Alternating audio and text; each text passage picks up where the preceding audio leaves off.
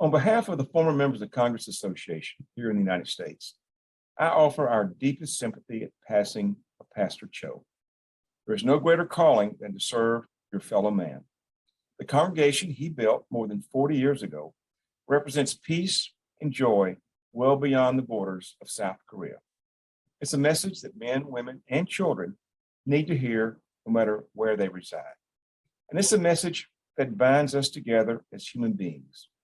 Pastor Cho exemplified this message every day of his life. His story is an inspiration. He came from humble beginnings. He worked hard in school to develop a trade. He learned from those who were put in his path. And most importantly, he followed a calling to serve others. The light that comes from service was evident in his face, his words, and in his actions.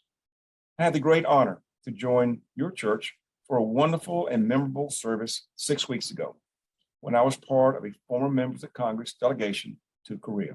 And I remember you sharing with us a poignant message that your church has embraced and that captures so well Dr. Cho's mission and vision for Yoido Full Gospel Church. Our lives become what we say. We must speak creatively and always speak in the language of heaven, the language of thanksgiving with love and blessing.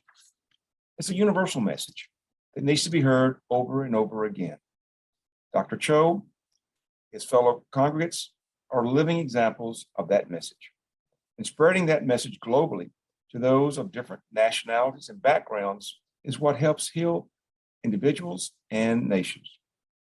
My fellow former members of Congress and I in the United States share your grief and offer our sincere condolences to all of you and to Dr. Young Hoon Lee, who will carry on the important work begun by Dr. Cho so many years ago. There's a great comfort and hope to be found because Pastor Cho built among his people in South Korea and around the world. Your church, the Yoido Church, and the message of peace and joy it serves will continue to be heard beyond any earthly borders.